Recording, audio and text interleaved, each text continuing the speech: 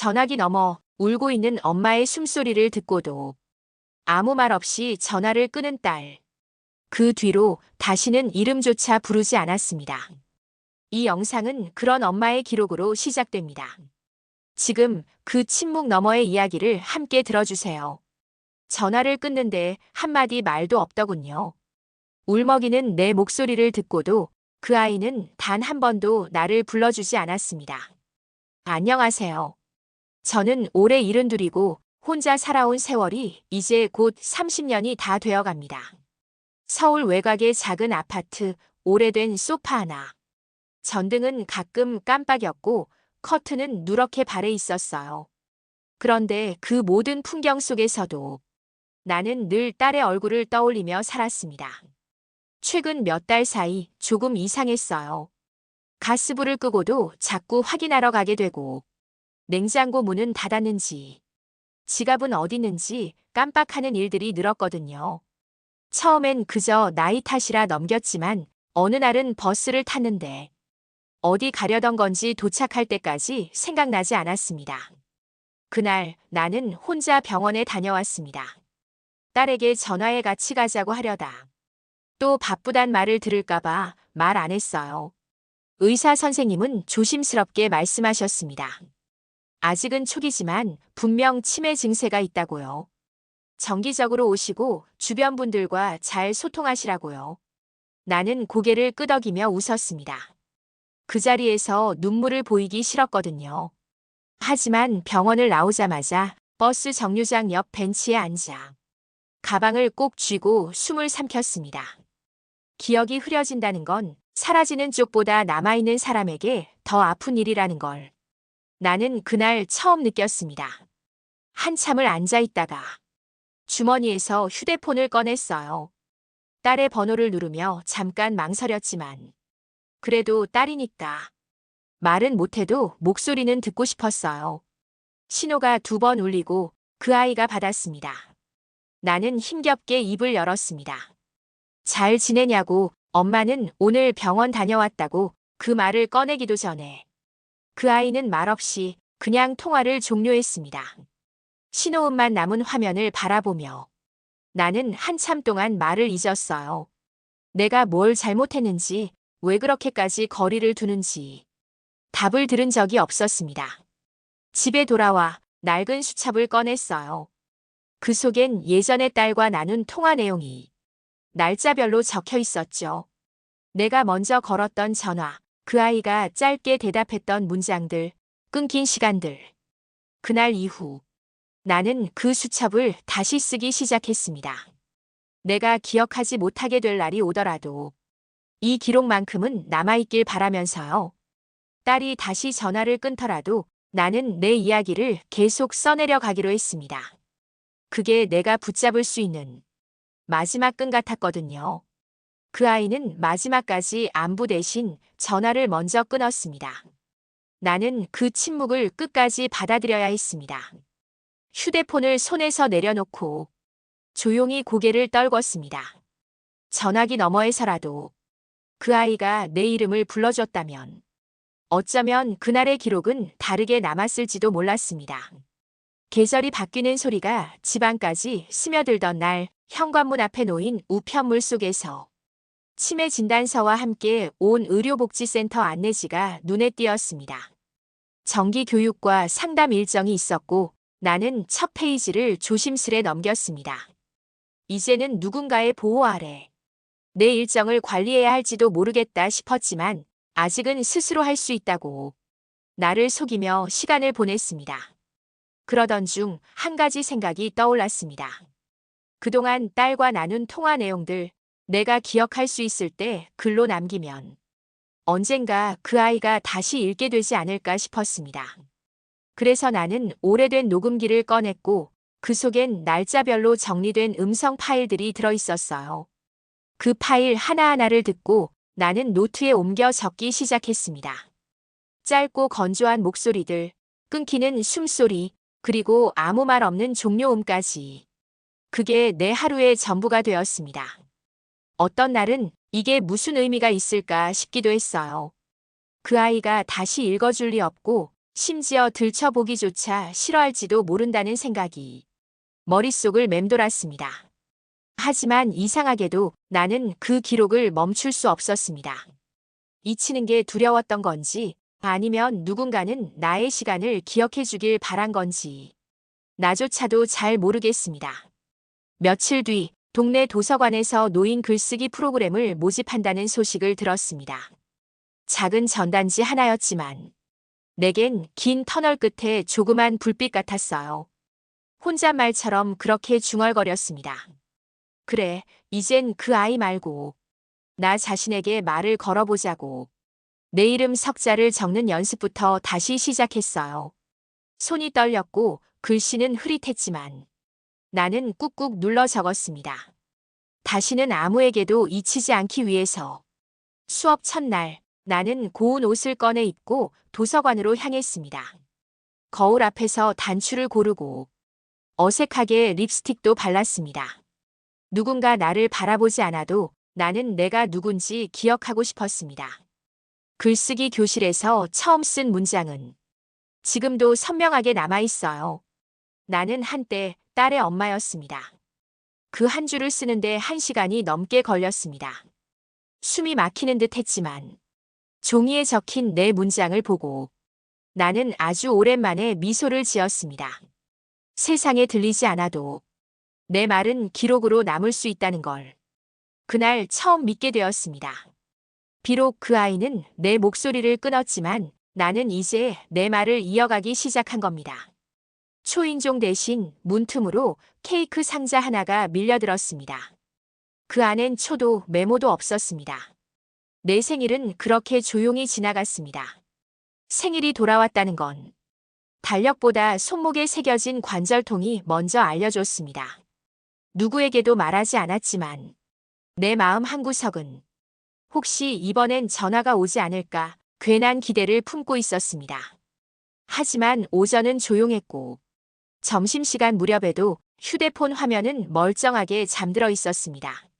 나는 거실 구석에 앉아 낡은 쿠션을 베며 멀찍이 있는 창밖만 바라봤습니다. 그때였습니다. 낯선 번호로 도착한 메시지 하나가 조용한 방 안의 공기를 바꿨습니다. 금일 오후 중 케이크 배송 예정입니다. 문자를 본 순간 나는 잠시 멈칫했어요. 내 이름을 부르지 않는 축하가 이토록 어색할 줄 몰랐습니다. 오후 3시쯤 현관 앞에서 문을 노크하는 소리가 들렸고 문을 열자 검은 점퍼를 입은 젊은 배달원이 작은 박스를 조심스레 내려놓았습니다. 아무 말도 없이 돌아서는 모습이 낯설지 않았습니다. 상자 위엔 어떤 메모도 없었습니다. 이게 딸이 보낸 건지 그냥 형식적인 정리인지 확신할 수 없었지만 나는 조심스럽게 그 상자를 식탁 위에 올려두었습니다. 초는 따로 없었고 작은 딸기 케이크 하나가 정갈한 종이에 감싸여 있었어요. 조각내지도 않고 그저 그대로 바라보다가 나는 작은 접시에 조심스럽게 한 숟갈 떠냈습니다. 단맛이 입안에 퍼지자 왈칵 올라오는 감정을 삼켜야 했습니다. 단맛과 함께 딸이 어렸을 적 생일마다 내가 밤새 케이크를 만들던 기억이 떠올랐어요. 그 아이는 생크림보다 초코를 좋아했고 딸기 대신 초콜릿 코팅을 올려줬더니 하루 종일 웃던 얼굴이 아직도 선명합니다. 그 시절의 기억이 지금 이 조용한 방 안으로 몰려들었습니다. 나는 식탁 맞은편 의자를 바라보며 작은 한숨을 내쉬었습니다. 그 자리에 앉았던 사람이 언제부터 사라졌는지조차 이젠 정확히 기억나지 않게 되었습니다. 밤이 되자 휴대폰 화면은 끝내 잠든 채였습니다. 그날 하루 동안 누구에게도 축하해요라는 말을 듣지 않았지만 나는 조용히 노트북을 열었습니다. 그리고 그날의 제목을 이렇게 적었습니다. 메시지 없는 생일 케이크.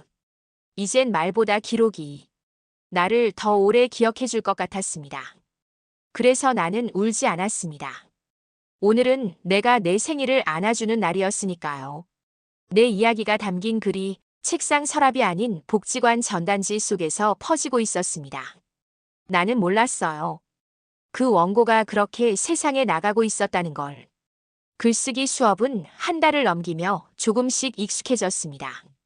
손은 여전히 느렸고 글씨도 삐뚤빼뚤했지만 내 마음을 적는 일은 예전보다 훨씬 자연스러워졌습니다. 강사님은 종종 어르신 글 중에서 좋았던 문장을 모아 다른 노인복지관이나 동네 도서관에 소개하곤 하셨습니다.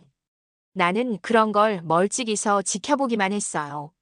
누군가 내 글을 본다는 게 왠지 쑥스럽고 어딘가 겁도 났거든요. 그러던 어느 날 시장 앞 복지관 입구에 걸린 A사 종이 한 장이 내 눈을 멈추게 했습니다. 거기엔 낯익은 문장이 적혀 있었어요. 나는 한때 딸의 엄마였습니다. 이제는 나에게 말을 걸고 싶습니다. 순간 손끝이 얼어붙었고 전단지를 바라보는 사람들 틈에서 나는 천천히 뒤로 물러났습니다. 그 문장은 분명 내가 처음으로 세상에 꺼낸 속마음이었거든요. 전단지 맨 아래 작은 글씨로 내 필명이 적혀 있었습니다. 나는 실제 이름 대신 조용히 써왔던 별칭을 적어두었는데 그것조차 낯설게 보였습니다. 며칠 뒤 글쓰기 수업 후 강사님이 조심스럽게 다가왔습니다. 그분은 내게 한 권의 얇은 책자와 작은 서류 봉투를 내밀었습니다. 복지관 소식지였고 그 안엔 나의 글이 그대로 실려 있었어요. 강사님은 이렇게 말씀하셨어요.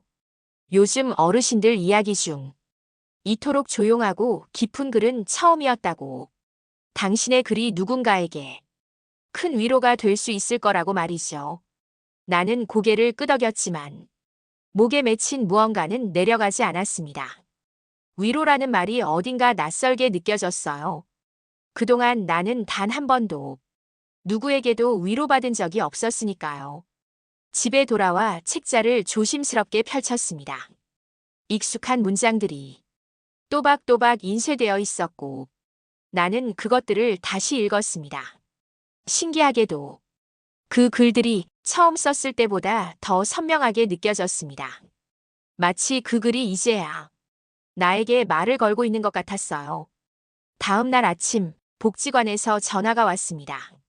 지역 방송국에서 인터뷰 요청이 들어왔다는 말이었습니다. 처음엔 깜짝 놀라 거절하려 했지만 강사님이 덧붙인 말이 마음을 흔들었습니다. 이건 어르신 혼자만의 이야기가 아니에요. 누군가는 이 말을 들어야 해요. 그리고 그게 어쩌면 먼저 끊긴 전화보다 더 멀리 닿을 수도 있잖아요. 나는 조용히 고개를 끄덕였습니다. 아무에게도 기대지 않겠다고 다짐했던 나였지만 이번만은 말을 걸어오는 세상을 한 번쯤 바라봐도 되지 않을까 싶었습니다. 그 아이가 내 전화를 끊던 그날 나는 세상과도 단절된 줄 알았어요. 하지만 그날 이후 세상이 나를 다시 불러주었습니다. 복지관에서 걸려온 전화는 그냥 인터뷰 요청이라기보다 어쩌면 내 이름을 다시 부르는 일 같았습니다. 처음엔 겁이 났습니다. 내 이야기를 낯선 이들 앞에 꺼낸다는 게 감당할 수 없는 용기처럼 느껴졌어요. 하지만 강사님은 조용히 제안하셨습니다. 당신의 이야기는 끝나지 않았고 누군가에게 시작이 될 수 있다고요. 그 말이 이상하게도 내 등을 아주 살짝 떠미는 듯 했어요. 그렇게 며칠 뒤 나는 방송국으로 향하는 버스에 올랐습니다. 복지관 직원이 동행해줬고 나는 손에 조심스럽게 원고 노트를 쥐고 있었습니다. 창밖의 풍경은 익숙한 듯 낯설었습니다. 오래전 딸을 따라 놀이공원에 가던 날에 버스 창문이 겹쳐 보였어요. 그땐 아이가 내 손을 꼭 잡았고 나는 줄곧 웃고 있었죠. 그 아이는 그때가 기억날까요? 나는 아직도 생생한데 말이죠. 방송국 입구에 도착하자 카메라와 조명이 나를 맞이했습니다. 스태프들은 조심스러웠고 나는 그들에게 작게 인사한 뒤 마이크를 받았습니다. 그날 인터뷰는 조용히 진행됐습니다.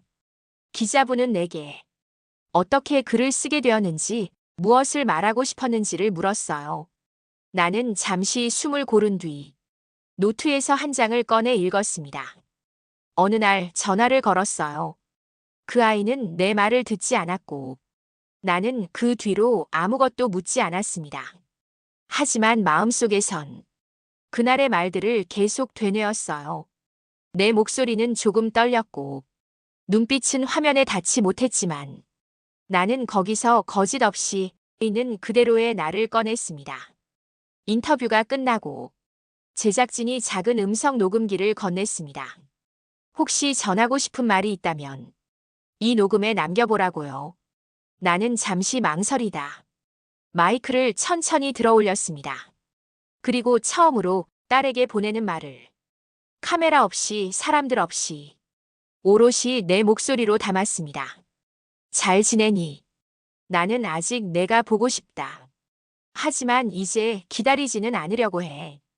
엄마라는 이름보다 이제는 내 이름으로 살아보려고 해. 그게 내가 너를 용서하는 방법이야. 녹음을 마치고 나는 마이크를 조용히 내려놓았습니다. 방송국을 나서면서 처음으로 마음이 고요했습니다. 누구에게도 속하지 않은 내가 세상과 연결됐다는 사실이 이상하게 따뜻했어요. 그날 밤 노트의 첫 장을 다시 펼치며 나는 새로운 제목을 적었습니다. 전화 너머의 세상. 끊긴 통화는 하나였지만 그 뒤에 이어지는 세상은 여전히 나를 향해 열려 있었습니다. 그 아이는 어머니가 남긴 메시지를 처음부터 끝까지 숨소리 하나도 넘기지 않고 들었습니다. 지역 방송이 나간 날 나는 특별한 걸 기대하지 않았습니다. 그저 오래 참고 눌러왔던 말들을 한 번쯤은 내 입으로 꺼냈다는 사실만으로도 마음이 조금은 가벼워졌거든요. 그날 밤 방송국에서 연락이 왔습니다.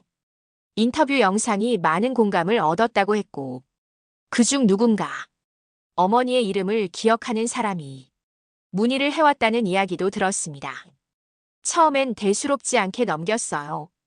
하지만 일주일쯤 지났을 무렵 복지관을 통해 전해진 소포 하나가 내 작은 책상 위에 놓였습니다. 보낸 이의 이름은 없었습니다. 검은 봉투 안엔 짧은 쪽지 하나와 작은 녹음기가 들어있었어요. 쪽지엔 단 3글자가 적혀 있었습니다. 들었습니다. 엄마. 그 아이는 내가 방송국에서 녹음했던 그 음성을 끝까지 듣고 다시 돌려듣고 결국 자신의 이름도 없는 쪽지로 답을 보내온 것이었습니다. 나는 녹음기를 조심스럽게 켰습니다. 작은 기계 속에서 내 목소리가 다시 흘러나왔어요. 그날의 인터뷰 끝자락, 아무도 없던 방 안에서 내가 조용히 딸에게 남겼던 말이었습니다. 나는 너를 원망하지 않아. 그저 한 번쯤 안부를 물어봐줬으면 했어. 너도 힘들었다는 걸 알아.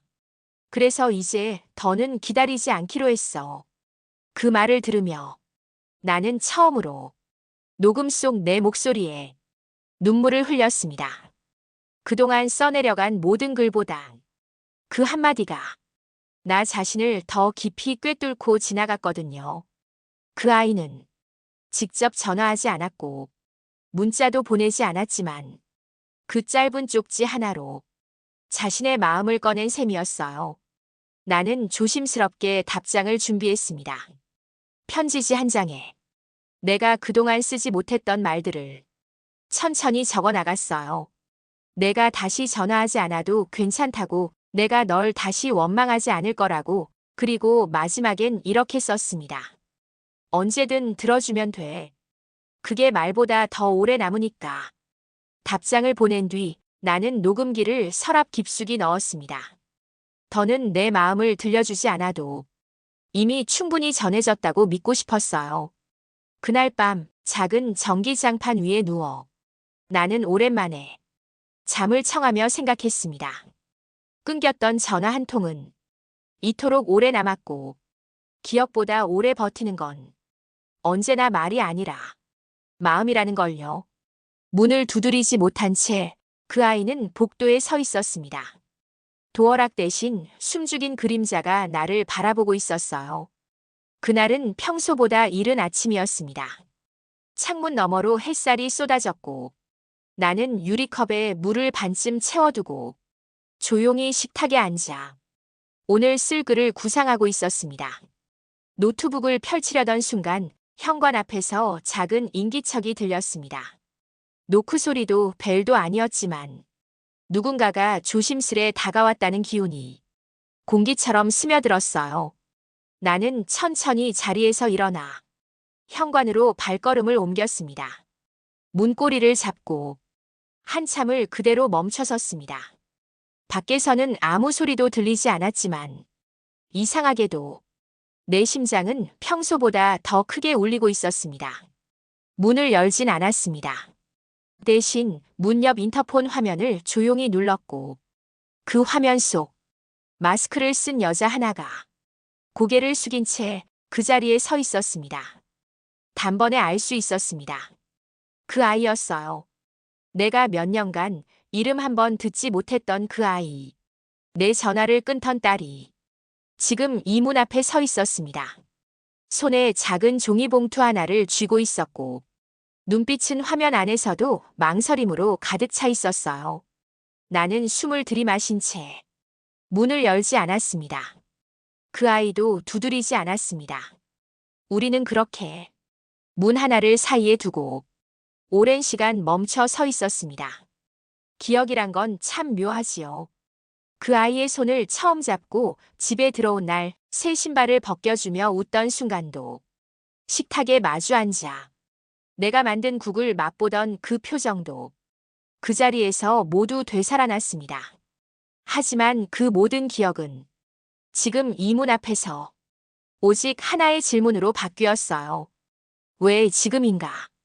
그 아이는 문을 두드리지 않았습니다. 대신 봉투를 조심스럽게 바닥에 내려놓고 천천히 돌아섰습니다. 인터폰 화면 속 그 뒷모습이 작아지는 걸 나는 아무 말 없이 바라보았습니다. 문을 열고 싶지 않았던 게 아닙니다. 다만 그 아이가 먼저 나의 이름을 불러주길 바랐습니다. 엄마라는 말 한마디, 그걸 듣기 전엔 내 마음을 열 수 없을 것 같았습니다. 한참이 지나고 나서 나는 조심스럽게 문을 열었습니다. 바닥에 놓인 봉투 안엔 작은 손편지와 책자 하나가 들어있었어요. 책 표지에는 내가 복지관에서 쓴 글의 제목이 크게 인쇄돼 있었고 그 아래 작게 연필로 적힌 글자가 있었습니다. 처음부터 끝까지 다 읽었어요. 당신을 이해한다고는 못하겠어요. 하지만 이제는 그때의 마음을 외면하지 않으려 해요. 나는 그 종이를 들고 식탁으로 돌아와 조심스럽게 다시 펼쳤습니다. 문을 두드리지 않은 사람, 그 문을 열지 않은 사람, 우리는 서로 다른 자리에서 조용히 안간힘을 쓰고 있었던 걸지도 모릅니다. 그날 밤 노트북을 켜고 나는 단 한 줄을 써내려갔습니다. 눈물은 문을 열지 못했지만 기억은 여전히 누군가를 향하고 있었다. 나는 끝내 그 아이의 입에서 엄마라는 말을 다시 듣지 못했어요. 그렇다고 해서 이 이야기가 끝난 건 아니었습니다. 안녕하세요. 저는 영입니다. 지금은 어느 요양 공동체에서 서로에게 말 걸어주는 노인들과 함께 지내고 있어요. 책상이 하나 있고 글을 쓸 수 있는 조용한 아침이면 이곳이 내겐 세상에서 가장 넓은 창문이 됩니다. 이곳에 온 건 문을 열어주지 않았던 그날로부터 한 달 뒤였습니다. 몸이 조금 불편해졌고 복지사 선생님의 권유도 있었기에 나는 조심스럽게 이곳으로 발걸음을 옮겼어요. 처음엔 모든 게 낯설었습니다. 대화를 건네는 노인들의 목소리도 식사 시간에 들리는 숟가락 소리도 왠지 내 자리를 뺏긴 것처럼 느껴졌습니다. 하지만 이곳에선 이름을 대신해 마음을 먼저 부릅니다. 배식 도우미는 내 이름을 모른 채 어르신 오늘은 국부터 드실래요? 하고 묻고 옆자리 할머니는 손등이 참 고우시네요 하고 말하곤 했습니다. 그 말들 속에서 나는 처음으로 누군가의 존재가 단지 호칭이 아니라는 걸 알게 됐습니다. 며칠 전 낮잠을 자고 일어나니 간호사 선생님이 봉투 하나를 내밀었습니다. 아무 표시 없는 봉투였지만 손끝에 닿는 감촉만으로 나는 누구에게서 온 건지 알 수 있었습니다. 열어보니 작은 사진 한 장이 들어있었고 그 아래 짧은 문장이 적혀 있었어요. 다음엔 문을 두드릴게요. 그때는 꼭 목소리도 낼게요. 그날 밤 나는 그 사진을 곁에 두고 작은 등불 아래 마지막 글을 썼습니다. 이야기의 시작은 끊긴 통화에서 비롯됐지만 이제는 아무 말 없어도 서로를 향한 여운 하나쯤은 남겨둘 수 있겠다는 마음이 들었어요. 어쩌면 우린 끝내 서로의 이름을 다시 부르지 못할지도 모르지만 그게 꼭 상처만 남겼다는 뜻은 아니니까요. 창밖에 해가 지고 거실 TV에선 누군가의 재회 이야기가 흘러나왔습니다. 나는 조용히 책장을 덮고 천천히 등을 기대었습니다.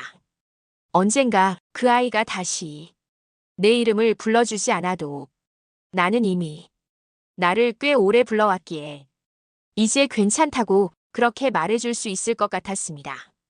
어떤 이름은 평생 다시 불리지 못한 채 사라집니다. 하지만 그 이름을 스스로 꺼내 쓴 사람은 끝내 자신을 잃지 않았습니다. 이 이야기가 마음에 닿았다면 당신의 이야기도 꺼내주세요. 그리고 구독으로 더 많은 기록과 목소리를 함께 해주세요.